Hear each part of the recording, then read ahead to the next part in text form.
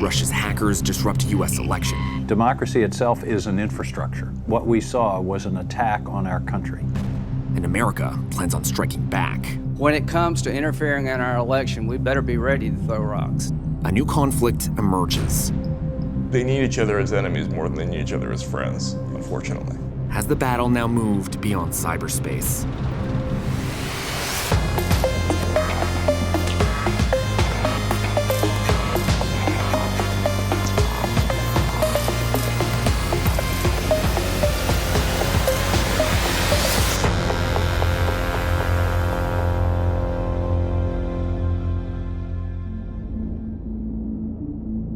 I'm on my way to a small town in Lithuania, where the rising tensions between Russia and the West are playing out on the ground.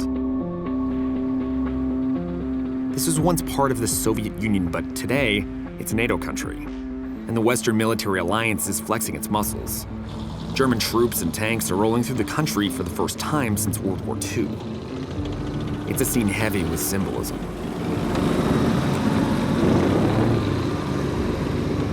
So as you can see behind me, these are German tanks being deployed into Lithuania, which is part of a larger NATO plan to offset Russian aggression in Eastern Europe. And that aggression includes targeted cyber warfare. The Baltic states, Estonia, Lithuania, and Latvia, are three former Soviet republics that became full members of NATO. They joined other East Bloc nations that aligned themselves with the West after the Cold War ended. Today, many of these countries find themselves in the crosshairs of Russian cyber attacks. But the biggest job that Putin's hackers ever pulled off was during the 2016 US election, where they sowed doubt in the entire democratic process. To intelligence officials, the hacks and leaks were classic Russian tradecraft. But to the powers on Capitol Hill, it was a serious wake-up call. Amy Klobuchar is on the US Senate committee that oversees federal elections. She was also part of a bipartisan Senate delegation that visited the Baltics after the November vote. When did you go to Eastern Europe? Well, we left the day after Christmas, and based on the trip that I just took, this is nothing new. Those Baltic states have heard this record before. You think about Estonia. Russia got mad, they cyber hacked them and shut down their internet service. Lithuania invited members of the Ukrainian parliament from the Crimean area, that's the area that Russia has annexed. What happens to Lithuania? Many, many attempts to hack into their accounts and to go after them. This is not just one incident and one political presidential candidate and one political party or even one country. This is a modus operandi that they have used across the world. The hacking is particularly aggressive in countries that were traditionally inside Russia's sphere of influence. And now NATO is trying to find ways to combat it. So this is the NATO Strategic Communications Center in Riga, Latvia, where they're studying Russian information warfare. One of the missions of this center is to help NATO countries resist Russian propaganda, social media, and disinformation campaigns. Jānis Sārts is a former Latvian State Secretary of Defense and was responsible for the country's cybersecurity policies. So this is the Russian information warfare doctrine, the actual document. Yes, it is, and it was written by General Gerasimov. Valery Gerasimov is a powerful and influential general, and the man behind the so-called Gerasimov doctrine. It reveals his view of the future of war. From their perspective, there's a constant information confrontation, information warfare ongoing. The doctrine basically outlines the methods and strategies Russia should use to achieve its geopolitical goals. Interestingly, 3/4 of those strategies are non-military. Things like imposing economic sanctions or organizing political opposition. Information warfare, weakening a rival through hacking, propaganda, and disinformation, is the only strategy straddling the line between military and non-military. And it's the only constant in times of both war and peace. So for Russia, we're in a constant state, a permanent state of information war. Yes, well, that's not me here, General Gerasimov. Now, would you say this came from the Soviet era? Is this an old Cold War playbook, so to speak? It's an old KGB technique that has been developed in 70s and 80s. The difference is now the internet, social media platforms allow much easier use and much bigger application. So it's actually a multiplier, more or less. But the tool in itself is the old-fashioned one. Now, is this a case of Russia and Russians being particularly good at this kind of warfare, or is this a case of the West being weak and there's something being exploited? Well, that's what they want to say, that West is weak. I wouldn't agree with that. We've not been paying attention. That is true. We've thought that this is behind us. That is true. And they've been sort of picking it up. And I would argue they probably think that's one of their most effective tools at their disposal currently, because in all other areas, either economy, infrastructure, military capability, they're far behind. Probably the notion of trying to target election process with these techniques is something different, hoping to make a much more profound effect, a game changer. And in the eyes of politicians and pundits in the US, Russia's interference in the 2016 election did change the game. But what I need to understand is, how does this all help Vladimir Putin?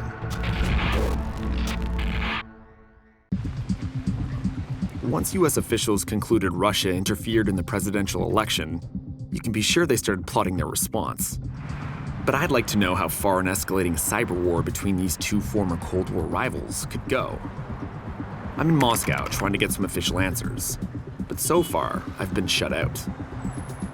So instead of waiting around for a formal sit-down, I just showed up at Russia's lower house of parliament, the State Duma, to corner an official.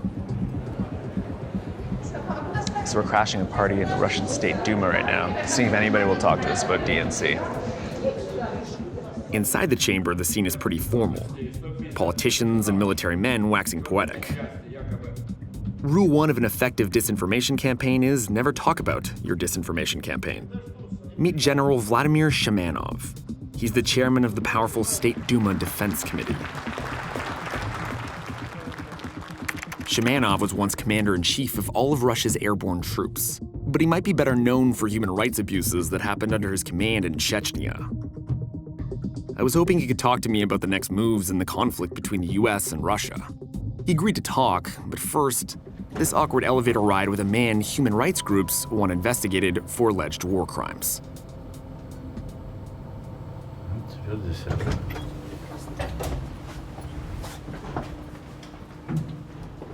So how should the Russian government respond to the American government's accusation that the Russian government's meddled with its election, its presidential election? Значит, никаких конкретных доказательств убедительно нам никто не предъявил. И поэтому, если говорить чисто профессионально, то нет никакой необходимости на эти процессы влиять, потому что если бы было вмешательство, то были конкретные доказательства. Now, you say there's no proof, but the international community, American intelligence, and just about anybody else who knows anything about cybersecurity knows Russia did it.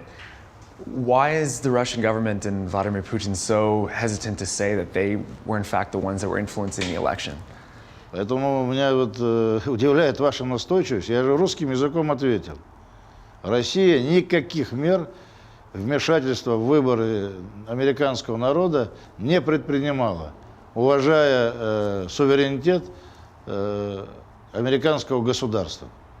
Now, do you think that there's any chance that relations will improve under Trump with Russia? Мы, к сожалению, 8 лет при господине Обаме потеряли и оцениваем эти 8 лет как самый низкий уровень взаимоотношений наших двух государств. While Shamanov denies any Russian interference in the US election, he did admit the country is actively expanding its cyber warfare capabilities. In fact, days earlier, Russian Defense Minister Sergei Shoigu revealed that Russia has trained and activated highly effective information troops. And it's pretty safe to assume that they're targeting NATO. And that's something that puts a lot of Western democracies on edge. But covert war on NATO is music to the ears of Alexander Dugin, a political philosopher with close ties to the Russian elite, who's been dubbed Putin's Rasputin. He's one of Russia's leading voices against globalization, the economic, political, and cultural integration of the world that's driven by international trade. Some Russians see that system as a threat, and it could be one of the reasons why Vladimir Putin wanted to help Donald Trump get elected. Why are you happy with this man being the president of the US?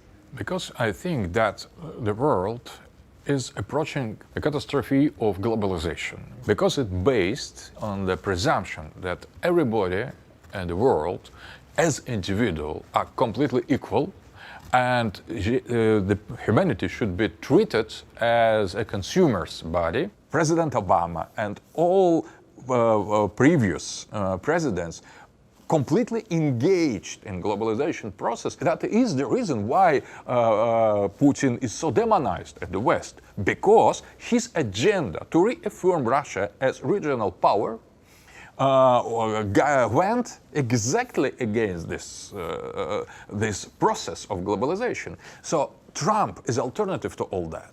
Trump is the last chance of conservative part of humanity to change this direction.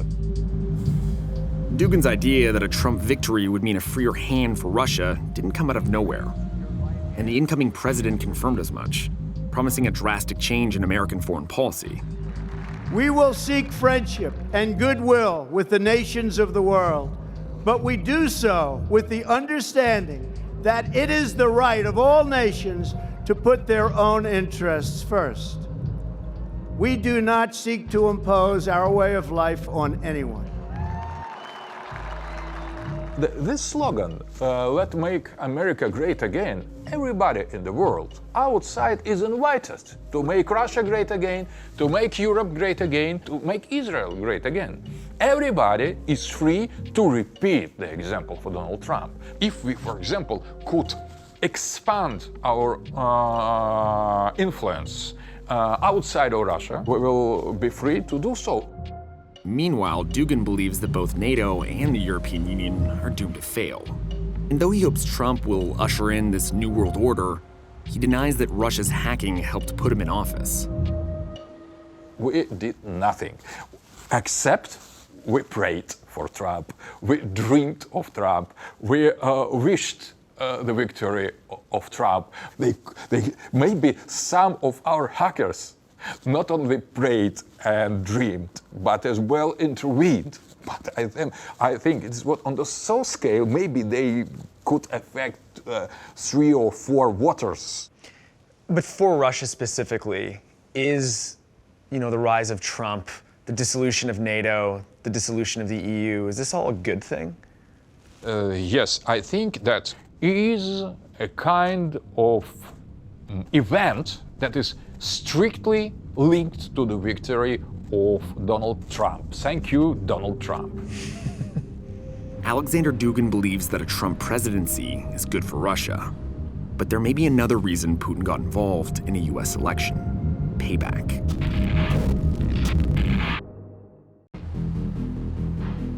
There are plenty of reasons why the Russian government would launch a hacking campaign to support Donald Trump over his rival, Hillary Clinton. But for ordinary Russians, there was more to it than that. Matt Taibbi is a journalist who covered the Trump campaign for Rolling Stone, and he lived and worked in Russia for more than a decade in the immediate aftermath of the Cold War. So has the US ever meddled in a Russian election before? Of course they have. I was there when they did it. I lived in Russia in 1996. We more or less openly meddled in Boris Yeltsin's re-election campaign in 1996. We bragged about it on the cover of Time magazine. If you go back and look, in July of 1996, there's a big picture of Boris Yeltsin, and the headline is "Yanks to the Rescue." It was an extraordinarily sophisticated operation that they pulled off. Yeltsin was going to lose that election. If you looked at it a year out, the communist Gennady Zyuganov was way up in the polls. He was going to win. And Yeltsin had this tremendous unpopularity problem.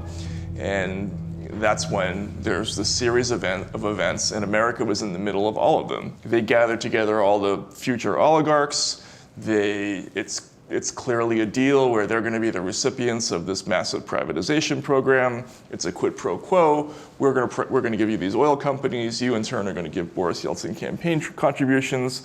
He's going to flood the air with commercials. He's going to win the election, and then he's going to turn over political power to you, right? And we're going to bring over Americans to help organize the campaign.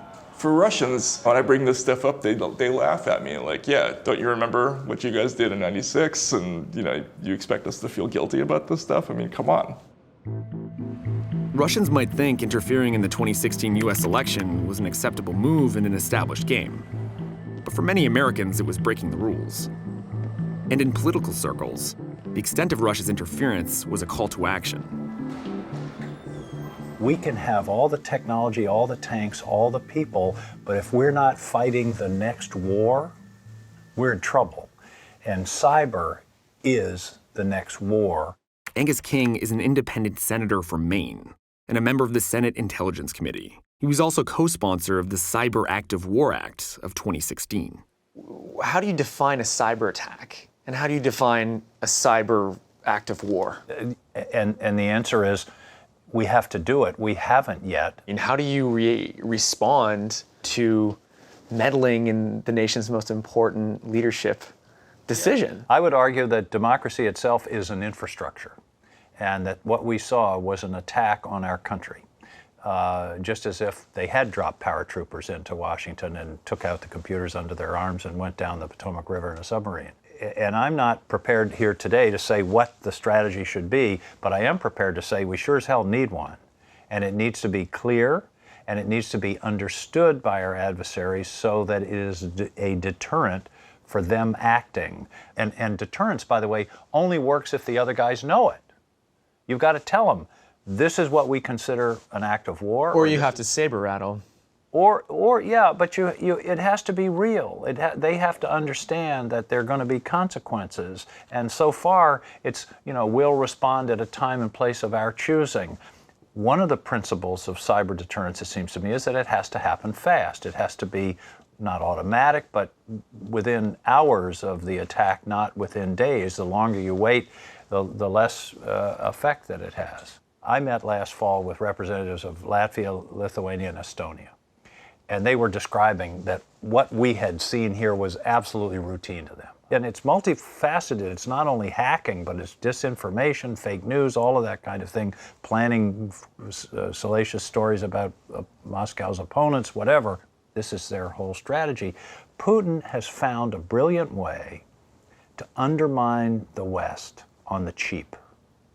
He doesn't have to send in tanks and troops and bombers, but he's wreaking havoc in Western democracies. For the price of one F-35 airplane, the Russians can hire 5,000 hackers. Senator King is looking for a cyber strategy to deter Russian online aggression, but some in the intelligence community think they already have the answer. Russia's cyber attacks during the 2016 election might have been a turning point in US-Russia relations. Or maybe it was more like a returning point. Michael Hayden is a Cold War veteran who's the former head of both the CIA and the NSA. He's got some pretty specific ideas about what the Russians did and what the US could do next.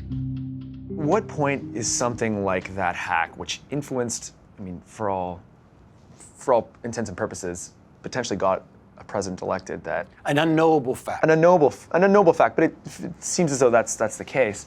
That could potentially bring ruin to the United States of America. Is that not an act of war in and of itself? Act of war is a big word here, all right? We need to be careful, all right? You have this zone of peace, you have this zone of war, and then you've got this competitive environment in between the two. Now let's talk about retaliation, because response. Let me talk a little bit about response. The first thing, Ben, to keep in mind is this is not a cyber problem.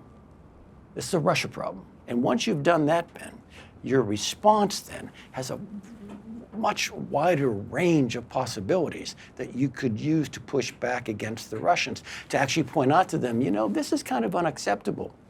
Frankly, something I would really support is I would sell or give a whole range of defensive arms to the Ukrainians, something that we've refused to do. That gets their attention.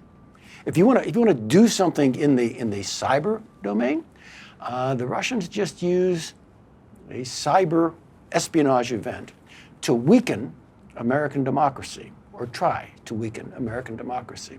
All right, game on. We're going to use the cyber domain to weaken Russian autocracy. What do I mean? I mean pushing anonymizing tools as aggressively as possible into the Russian cyberspace to make it harder for the Russian security services to do their primary function, which is to watch other Russians. But as the Americans weigh their options, some worry that an aggressive US response will lead in only one direction: escalation. Matt Taibbi sees the dangers.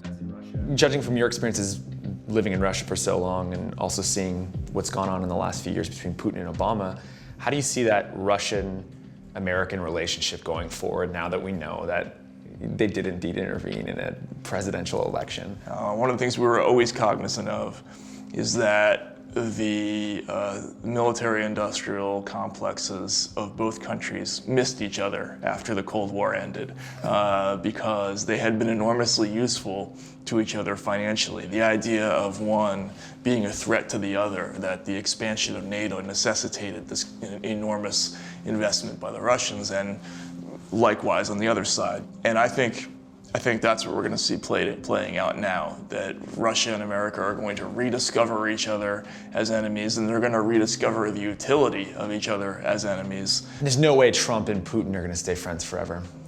I don't think so. I just think that there's too much momentum in the direction of this sort of new Cold War for that to really last. Obviously, America and Russia do have common interests. They always have had common interests, and especially with global terrorism, ISIS, there are issues where it's actually beneficial for us to work together, but they need each other as enemies more than they need each other as friends, unfortunately. And they're going to, I would imagine, begin to divide up spheres of influence again, the same way they did before. And we're going to see a massive rearming campaign, and there's going to be a lot of money thrown at that, at espionage and weapons, and that's where I see it going. As I witnessed in Lithuania, that rearming has already begun. And since the election, more and more cash has flowed into the military, both in Russia and the US. But it's hard to know where all this ends up and exactly how or if an information war launched in cyberspace will eventually play out on the ground.